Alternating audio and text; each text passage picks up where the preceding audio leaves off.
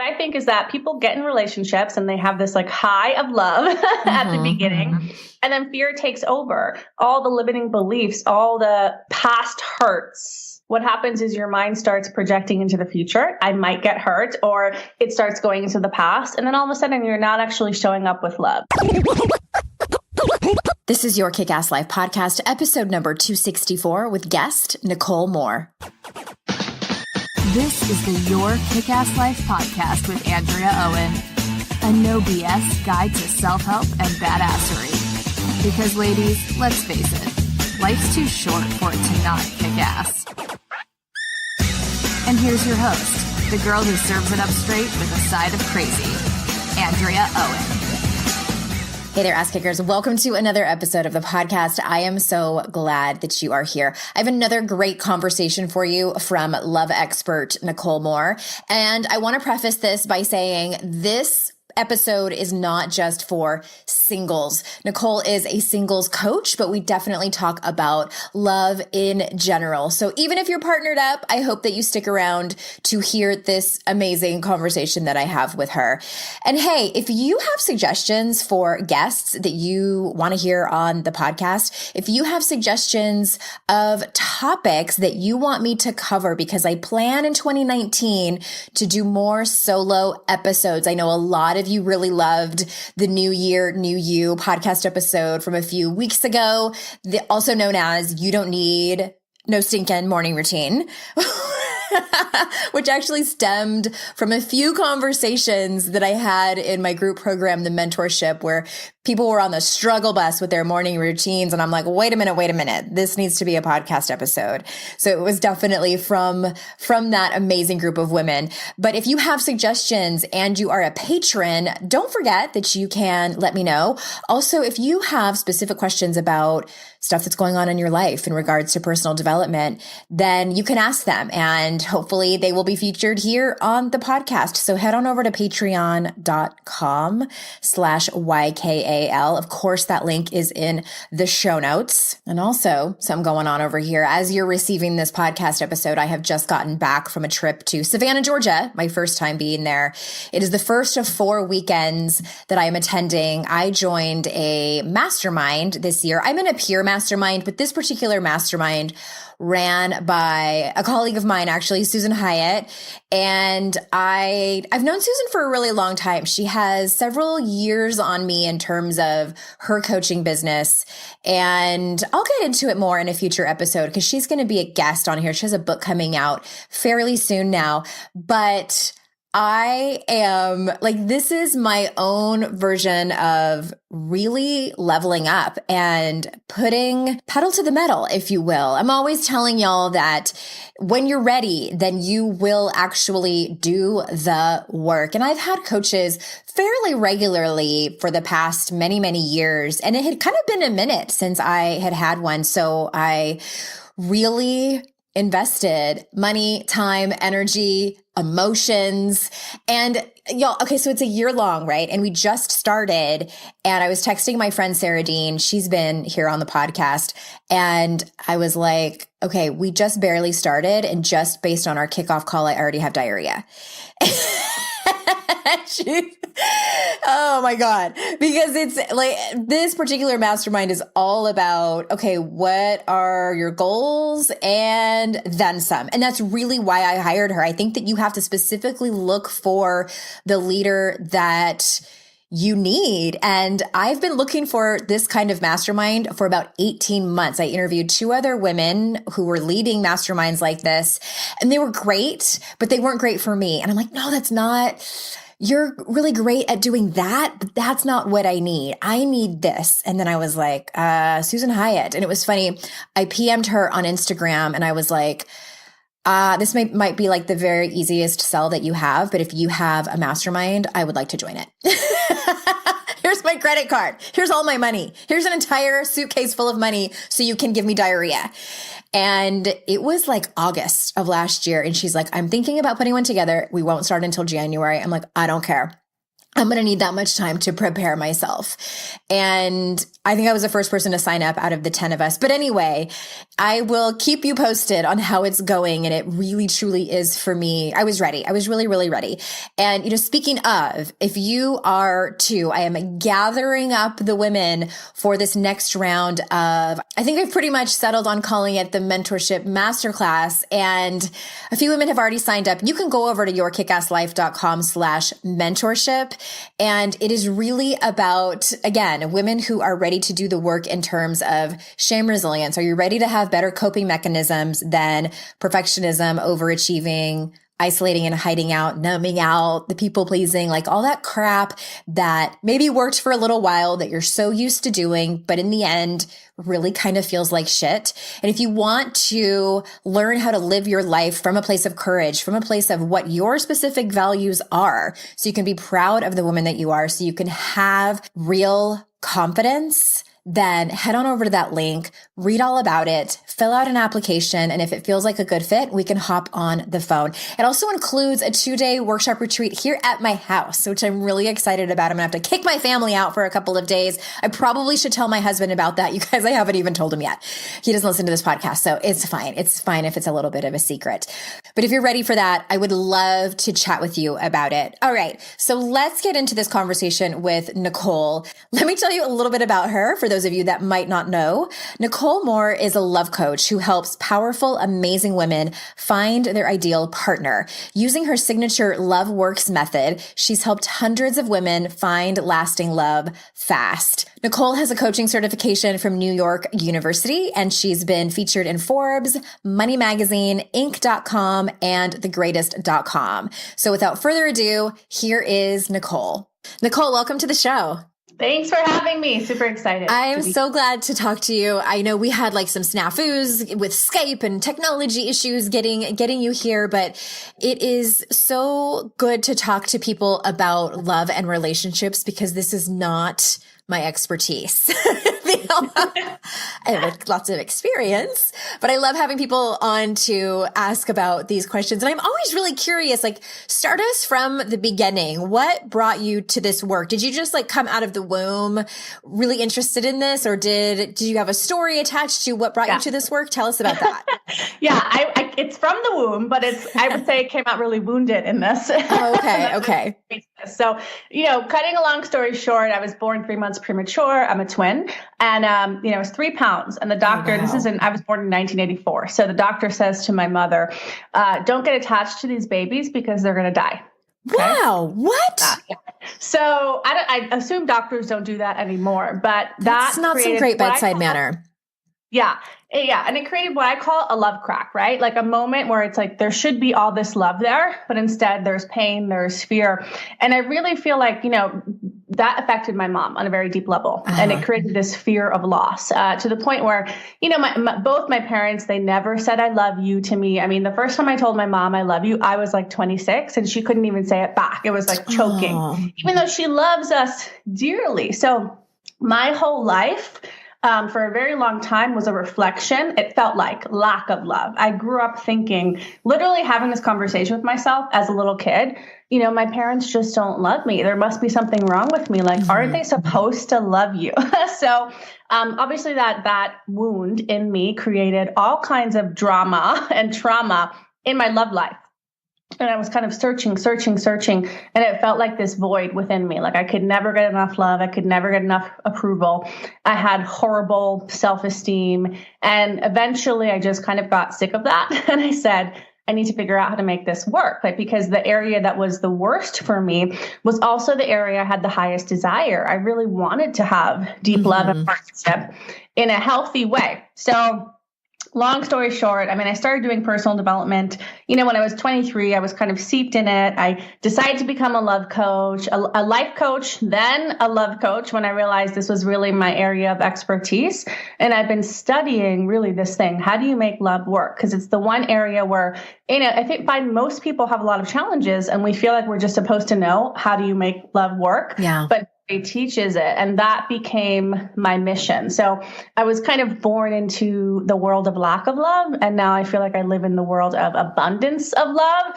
And it's really cool to have had experience on both sides of the spectrum. Yeah. Well, I feel like I want to dive into the deep end from the beginning, because here's what the problem that I hear pretty regularly from some of my clients and women in my programs who have really struggled in relationships. And we talk a lot about worthiness over here. And what I see happen is in the problem, I don't want to say it's the problem. The challenge with worthiness work is that it's sort of this ongoing thing, that it's not a one and done type of exercise. You know, we work on it our whole lives. But what I see happen is, especially women who are, you know, well into their 30s or 40s, and they're single and they're trying to find the one, they're stuck in that story of feeling like there's something inherently wrong with them. Like, what is wrong with me? Why haven't I been picked yet? So is there something specific that you like to do with those particular clients who are sort of stuck in that story as an exercise to sort of get them out of that and rewrite their story? Yeah. So I believe that it all does start in your childhood. It starts with, you know, the inner little girl inside. And so, you know, what I tell women like that is this: listen, you're smart, you're beautiful, you're powerful, obviously, right? There are all these amazing things about you. So why aren't you finding the person? It's because what I believe is, you know, we get stuck in those moments, whatever your inner little girl believes love is, whatever she got. Because you have to remember, as a child, your parents, whatever, or caretakers, whatever love they're giving to you, that's what you think it is. That's how you learned to love. That's it. And the problem is, as a kid, we don't understand we can get it from different sources, right? It's like we kind of got to take what they're giving. And unfortunately, for a lot of people, it's not enough. And so in love life in particular, we get stuck with that model of the world. So whatever the little girl believes love is, that is what people create in their life over and over and over again until they have the awareness to shift it. So I take clients to, you know, I call it love crack moments, but it's, you know, those moments that you remember as a child. Like I have one where I remember being like a 5-year-old, and I'm on the bed crying, my hands over my ears, and my parents are having this huge knockdown, drag down fight, screaming, and I'm scared. We all have those moments where there is a high intensity of emotion, and it was too much pain or strong emotion for us to take in that moment. So we decided certain things to make it better, right? Like, it must be because I'm the problem. There must be something wrong with me. I must have to win love. I'll be perfect, whatever it is.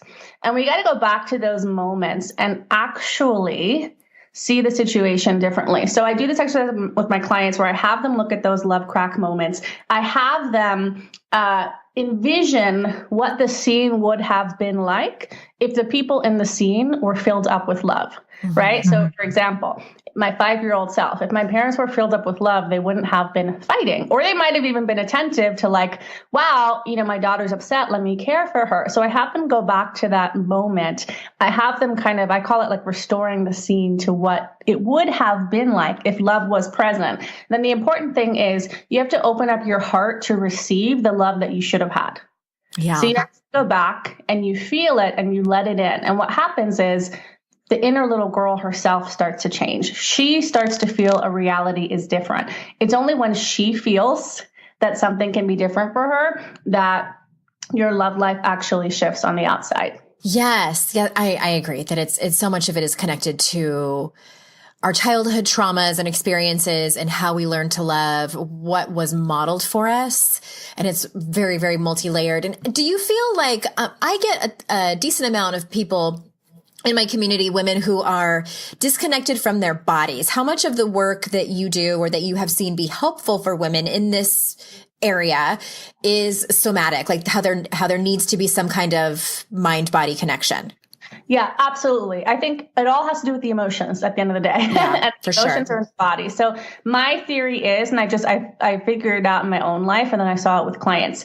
When we have a lot of emotional pain from our childhood, we don't want to deal with the pain and we have to escape somewhere. So we go into our heads. And that's when you get the women who are so overly analytical about their love lives, right?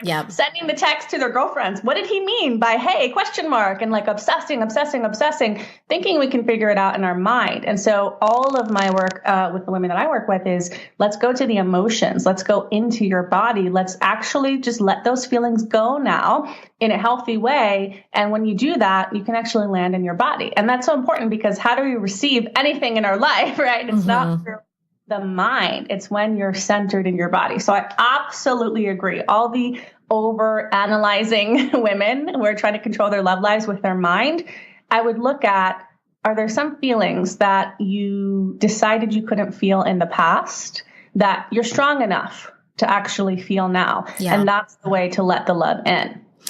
Yes. I'm a huge fan of, I wouldn't say I'm a huge fan of emotions. I mean, I wouldn't go that far, but personally, I've done a lot of work in my own life on that particular topic because I was exactly what you described. What was modeled for me was you just pretty much let's just focus on happiness. Like, let's just be happy. If you have any other emotions, we're not going to talk about those. Go do those on your own in private. And then when you're done, you can come back and join us. And so I learned to stuff, and I learned to have an outward appearance of being extraordinarily strong, and then was praised for it, which I'm sure you see a lot. And then it, kind of all fell apart and then simultaneously blew up in my face. But for me, I got sober in 2011. And so that was really when the covers got ripped off. And I was like, okay, I have no other means of escaping. I have got to actually deal with this. And what you were pointing to is it's self-trust. It's knowing that you're going to be okay if you walk into this, what I make up is like this inferno of emotions. Mm-hmm. I call it the same thing. I tell my clients, like, we got to stand in the fire. Yeah. You let it burn through. You feel like you're going to die. I remember one time I was walking around New York City. I was doing this healing work, and I had this lover, and then I felt abandoned by him. Right. But it was this beautiful opportunity where I said, I'm just going to actually feel the feeling of abandonment. And I swear, I felt like I was walking around New York City with a burning heart for 2 months. I guess I just had a lot of packed up emotions. But it was the first time in my life where I just was like, I can have these emotions. I can still live my life. I can let people in. I can show them what's happening, but I can move through this and I can heal this. And it felt like a burning fire. But looking back, it's one of the best things I did for me personally in my love life, because I could have never attracted in the love I have now if I was still holding on to that wound of being abandoned. You needed to burn it up. Yeah, exactly. What I feel like, and I wrote this in my book, in my second book, just about one of the perspectives that helped me a lot in learning how to trust myself in terms of my own emotions was that what if I looked at my emotions as just messages, and it's just my body's way of taking care of itself? Like, what if I trusted my body enough that it knows what to do? I trusted my body enough mostly to be able to birth babies on its own, to be sick when it was sick, to sneeze and do all of these things that it needs to do to expel things and to take things in and everything. Like, what if emotions were the same thing? Mm-hmm. I don't think that we would fear them as much. They might be inconvenient and extraordinarily uncomfortable, but they're not. I think that we make up that they, like you were saying, like they might kill us. I think we really fear that. Yeah. And I think it again goes back to a kid. I mean, you have kids, so I have a 2-year-old son, Luke, and when he feels, even if it's happiness, sometimes it seems like he's just shaking, like what the emotion's bigger than his body. Oh, there's just no holding back. Yeah. Yeah. So they're big, but I think, they're gold. I think if you're willing to dive deep, if you're willing to feel the fire, if you're willing to go into the lower emotions, as we might label them, that is your ability to slingshot into the higher. I don't think you can feel all the bliss and the excitement and the true, happiness without having felt all of the other feelings too. Yeah, I totally agree with that. Well, what do you think stops most people from finding the right romantic partner for them? Okay. So, there's a lot of things, but I think, so obviously the worthiness is an issue. At the end of the day, at least most of the women that I work with, they have a picture in their head of the kind of man that they want to be with, and they've put him on a pedestal and projected that he's like, or women. We have some listeners who aren't heterosexual. So partner. Everyone, right? Everyone. I think it goes both ways. I have clients who want to find a woman or, all in between, but putting a person on, projecting an idea of this perfect romantic partner and putting them on a pedestal, then deciding you're not worthy of them, right? So you can never attract that person in the first place. But then I also think this idea that I think the longer a person has been single, the danger is there's this projection of this perfect person that's going to save them from all of those years of singledom. And I find that it's like that person doesn't exist. I think that you can find somebody who's perfect for you, but I think a lot of people, especially in these days, I called it like build a partner, like build a bear. They want the perfect person so that they actually never have to feel any emotion, right? It's like, if I find the perfect person, I'm never going to ever feel disappointment or hurt or sad or anything at all. And it's not true. So what I'm a big fan of is saying, can you find the person who's a match for you? Can you find the person that, you're still you can find the perfect partner in the world.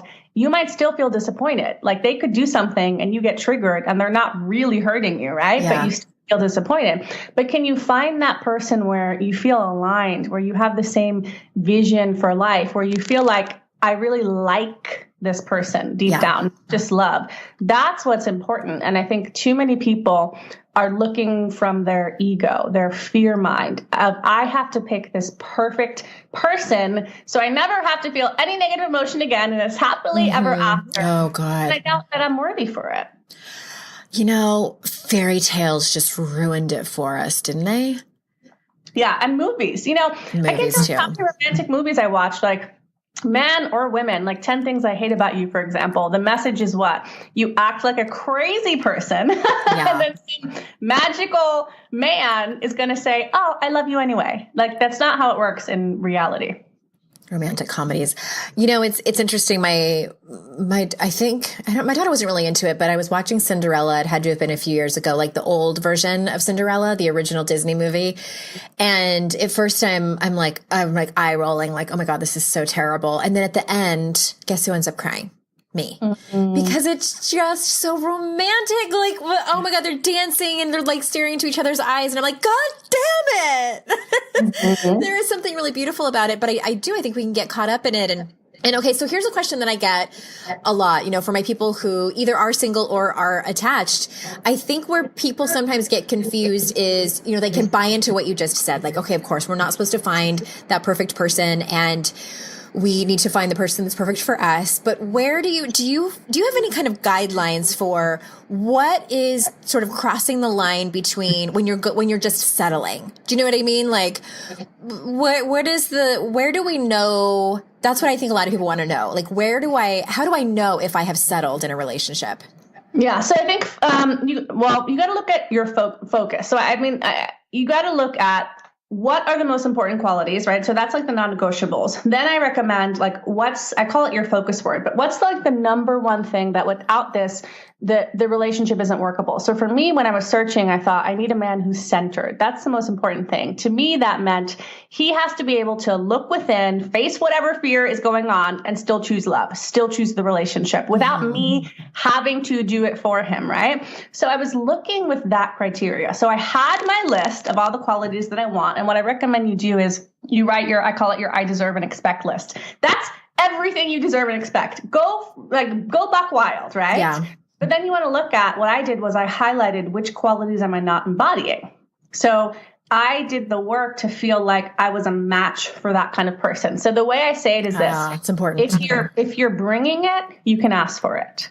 If you're bringing it, you can ask for it. Just think of it that way, right? It's not a problem to want a lot of things in a romantic partner if it's coming from a grounded place. So it's the difference between, I want somebody who's like, I want a partner who's really wealthy, right? But why?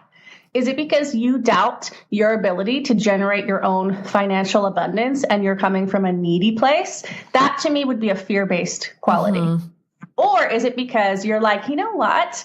I have a certain lifestyle. I have a certain vision. I feel like I'm an abundant thinker. Not necessarily the money in the bank, right? I'm bringing this quality of abundance and I'd like somebody who matches that. So I want everybody to look for that. All your qualities, fine, you can have them. But are you bringing it internally? Are you being the match for it? Because that's when you're going to feel worthy. So I recommend you have all your qualities, you write your I deserve and expect list, but then you focus on what are those inner qualities that without this, the relationship would be unworkable, and focus on bringing somebody who has that. Because at the end of the day, you really need a good person, to make the relationship work long term. You don't need a checklist of what your ego mind, your fear-based mind thinks you need in order to look good or be validated. You need somebody who's really great on the inside. Yeah. Well, what came up for me when you were talking about that is, And I think this is more or less what you were saying in the beginning, is that if you are asking, whether it's a list or you're like legitimately asking the universe or God for these qualities in a partner, are you working on the same things yourself? So you can't expect to have a partner who's totally great with they've worked out any kind of like sexual hangups that they might have. And you can't expect to have that if you're not willing to work on it yourself. Do you know what I mean? Like, it doesn't work that way. Mm-hmm. It's not fair. The thing is, even if you did attract it in, you wouldn't be able to receive it. You'd be freaking out. You'd be sabotaging. So that's the important thing is really because you can have anything you want as long as you feel worthy of it. And for most people, they've got to be bringing that quality within themselves to feel worthy of it. So that's like the hack. It's like you bring it and then you feel like, okay, I can ask for it. It's like people who are on time all the time. They're like, yeah, people should be on time for me, right? They're bringing it. So they feel worthy of asking for that back.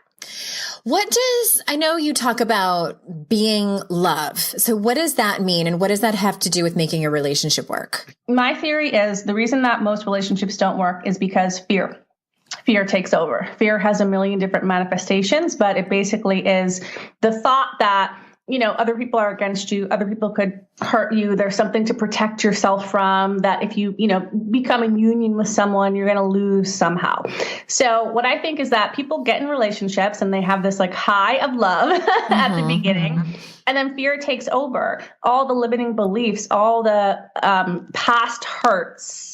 What happens is your mind starts projecting into the future. I might get hurt, or it starts going into the past. And then all of a sudden you're not actually showing up with love. So to me, being love is really looking at, in a relationship, what am I doing on my side of the street? I follow A Course in Miracles and I love it. I couldn't tell at all. No, I love it. What they say is to have, give. And this doesn't mean be like an overgiving martyr. What it means is, if you're in a relationship with someone, what I believe is if you're in a relationship with someone, what you want to be looking at before, are they giving me every single thing that I need on my checklist? Like, I'm not talking about being with an abuser or anything like that. Like, you should leave if you're in that relationship. I'm talking about a healthy person.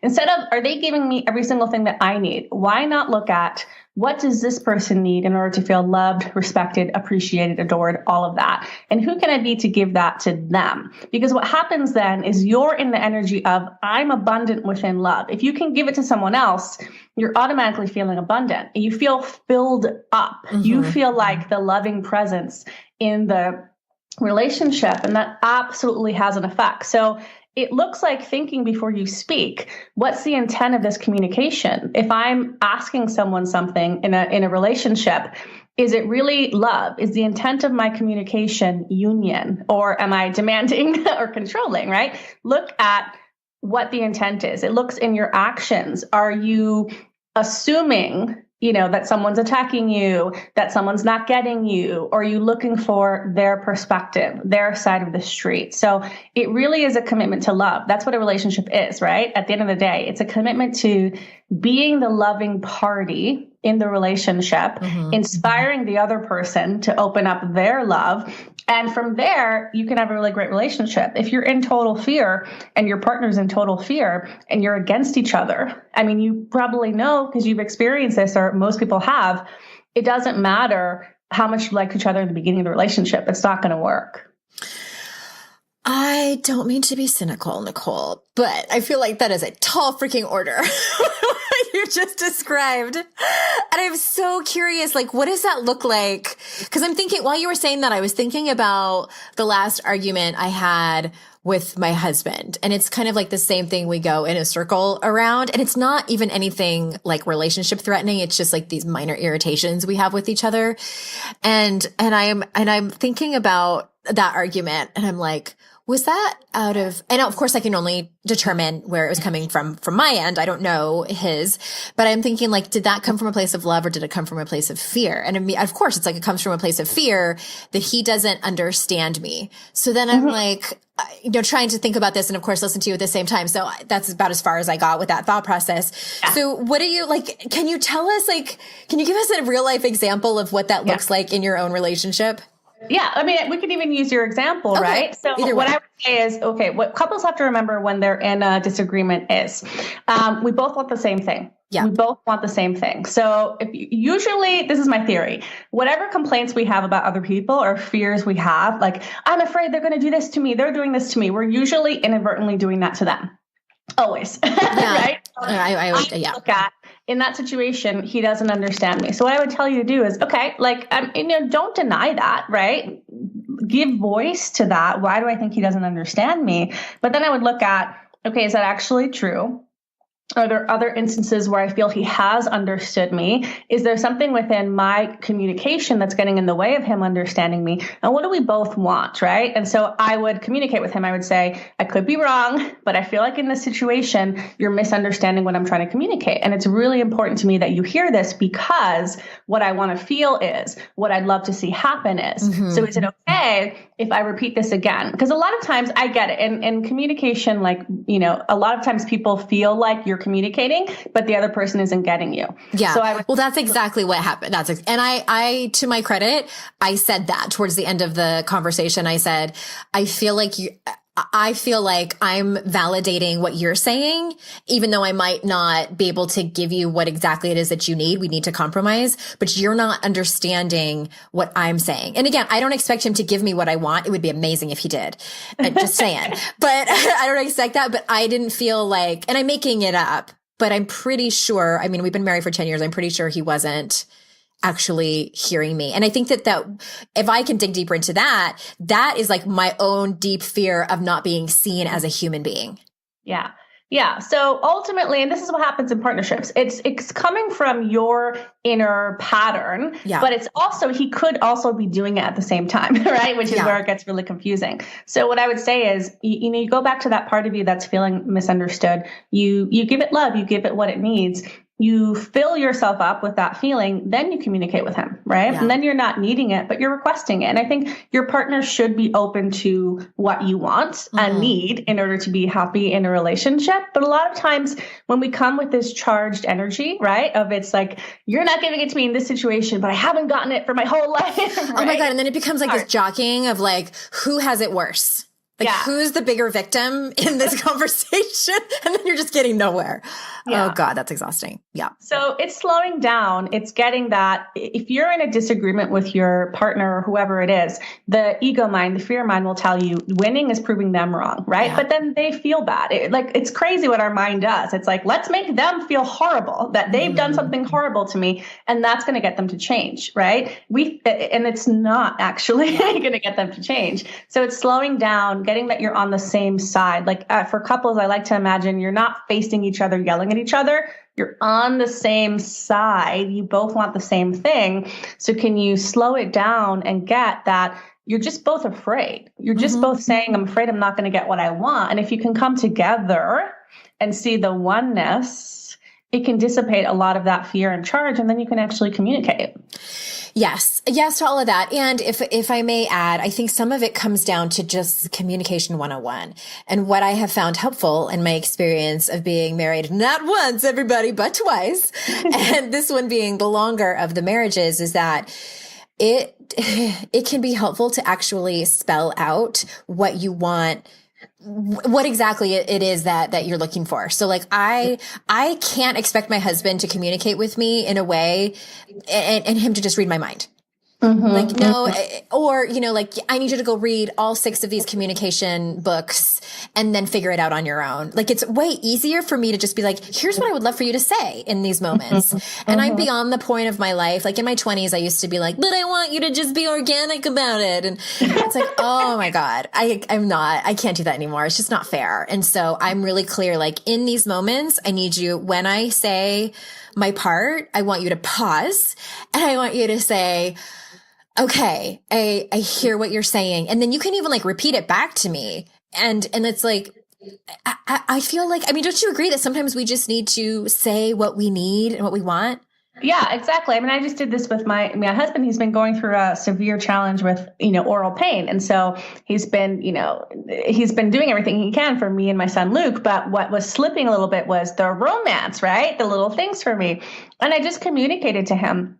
First, I appreciated him. I'm so honored and thankful and grateful that you're so here for us, right? And I feel like there's this one piece that, I used to love the feeling of XYZ when you would do that and we would have the romance, and I'd love for that to come back. It would be possible for you to do little surprises for me or send me little flowers. And I spelled it out for him. Did I feel amazing when he started giving me all of these gifts and taking me out to dinner? Yeah. It doesn't matter that I had to bring it up with him. What I think is important is if you have a partner who, when you do bring it up and you do ask for it, they can hear you and they can do their best to give it to you. And I love that you were specific, because I think sometimes we just expect them to know what we're talking about when we say, I need you to be more romantic, or I need you to actually hear me. What the fuck does that mean? Like some people, that could be interpreted 10 different ways. And then if they get it wrong, we get mad. I feel like it can go sideways really fast. Yeah. And the more specific, the better. Yeah, totally. Well, I want to ask you one more question. And because I know that you help women with not just love, but with confidence, which I think goes hand in hand, those two topics. So what's the number one thing anyone listening can do to instantly feel more confident? Yeah. Okay. So here's a little quick exercise that I recommend that I find is super helpful. So whether you're a man or a woman, imagine you're on a game show. Okay. And there's 3 doors and you're behind one door. And there's this handsome bachelor or beautiful bachelorette right there. And they can't see you. And you have to write 5 words on the door to describe who you are, why you're amazing, why that person should pick you. What are those 5 words? And then once you write down those 5 words, what you want to think about is if a person is in a relationship with someone who doesn't have this, let's say one of your words is sexy, sensual, right? If a person's in a relationship with somebody who doesn't have this quality, would it be a great relationship? And you're going to see no. And then you're going to go, wait a minute, this is pretty cool. I'm bringing sensuality to a relationship. So anybody could do this exercise, write down your 5 qualities. And then the important question is, if somebody's in a relationship with somebody who doesn't have these, are they going to have a great relationship? And all of a sudden you're going to be like, I'm bringing some amazingness to the table. And it's also important to think about the mix of those 5 qualities. Like if I were to do that, I'd probably say, loving, powerful, sexy, and, caring, whatever other words. But it's pretty cool to have all of those in one person. And so you're going to see your 5 qualities. You're going to see the unique mix of how they come together. And you're going to start to feel instantly more confident. I love that. Thank you for giving us that little tool. That's so great. Yeah. Well, tell everyone where they can find out more about you. Everyone can go to loveworksmethod.com. That's my website. And there's tons of love life information on there. Loveworksmethod.com. Everybody go there. The link will also be in the show notes as always. Nicole, thank you so much for being here today. I so appreciate your time. Yeah.